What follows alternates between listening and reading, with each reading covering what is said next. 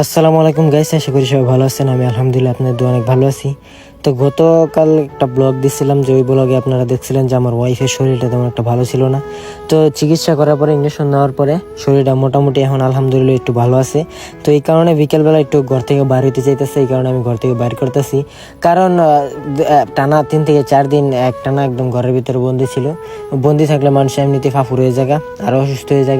এই কারণে ভাবলাম যে প্রাকৃতিক পরিবেশে নিয়ে যদি একটু হাওয়া বাতাস খাওয়াই, তাহলে যদি আর একটু সুস্থ হয়। তো হেও চাইতেছে, আমিও বলতেছি যে আচ্ছা ঠিক আছে, চলো তাহলে বিকেলবেলা আমরা একটু আমাদের রাস্তায় যে একটু হাঁটাঘাটা করে আসি। তো ওয়াইফরে লিয়ে এলাম, রাহাতের আসলো, যে একটা ভিডিও করলো হেরা।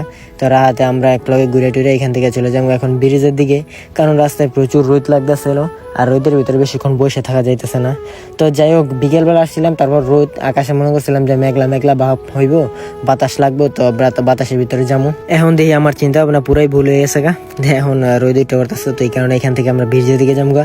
আর ব্রিজে মোটামুটি বাতাস আছে, ছাওয়া আছে, জায়গা আছে, তো এখানে যাই হোক, আপনাদের দোয়ায় সে সুস্থ হয়ে গেছে, কিন্তু এতটা সুস্থ হইতে পারে নাই, মোটামুটি সুস্থ হয়েছে, এই কারণে বাহিরে আসছে। তো যাই হোক, একজন স্ত্রীর প্রতি স্বামীর দায়িত্ব যতটুকু, আমি ততটুকুই পালন করার চেষ্টা করতেছি। হয়তোবা মানুষটা আমি ছোট, কিন্তু জ্ঞান বুদ্ধি আল্লাহ মোটামুটি যতটুকু দিছে ততটুকুই চলবো। তো যাই হোক, এখন আপাতত আমি হেরেলিয়া রাস্তায় আসলাম, আইসা ব্রিজের ভিতরে একটু বৈশা দেখাইতেছি। অনেকদিন পর ব্রিজ আসলো, বাতাস খেয়ে ভালোই ভালো লাগতেছিল, তারপরে একটু ঘুরাইতেছিলাম। তো এখন একটু আমাদের ব্রিজের অপোজিট সাইডে, মানে ওই গাছগাছালি আছে, ওইখানে আমি আগে ভিডিও করতাম।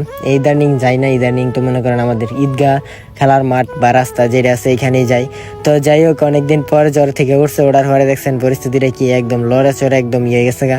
তো রাত্রেবেলা বাসায় আমি ফুচকা নিয়ে আসলাম, ফুচকা আনার পরে তামিমে আছে রেডি বয়ে দিচ্ছে, আর আমার ওয়াইফ ফুচকাগুলো রেডি করতেছে। তো ফুচকা বয়ে দিতেছে, আর এই যে সস টক সব কিছু আনছি, যেটা খাইতে মন চাই এটা আনি, কারণ জ্বরের মুখে অনেক কিছু খাইতে পারে না।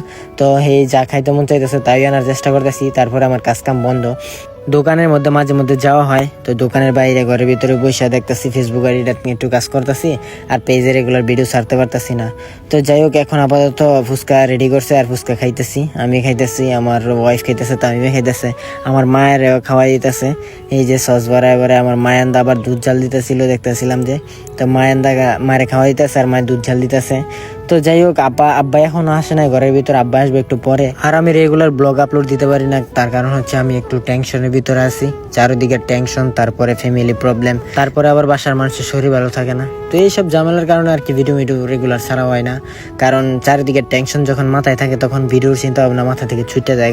তো যাই হোক, মাঝে মধ্যে ভিডিও দেওয়ার চেষ্টা করতেছি, আপনারা আগের মতো সাপোর্ট করবেন ইনশাল্লাহ। তো এখন আপাতত আমি ঘরের ভিতরে খাওয়াটা রেডি করলাম। তো রাত্রেবেলা উড়ে দূর আবার জ্বর আসলো তার, তো জ্বর আসার পরে রাত্রে এত অতিরিক্ত জ্বর আসছে যে যা বলার বাইরে।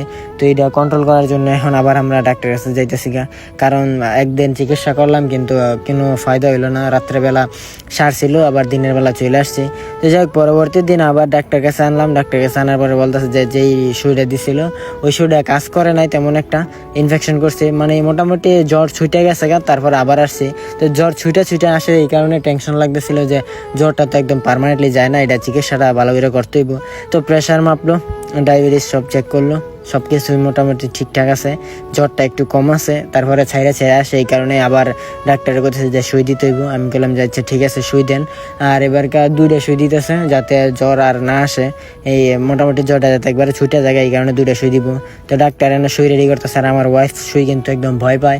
তো এর আগের বার মায় যাবুরে ধরে দিছিল, তো এবারকার ডো দিতেছে। তো যাই হোক, সবার কাছে দোয়া প্রার্থী যে আমার ওয়াইফের শরীরটা যেন খুব তাড়াতাড়ি সুস্থ হয়ে যায়। তো চিকিৎসা করার পর ওষুধ পানি নিয়ে এখন বাসার দিকে যেতেছি।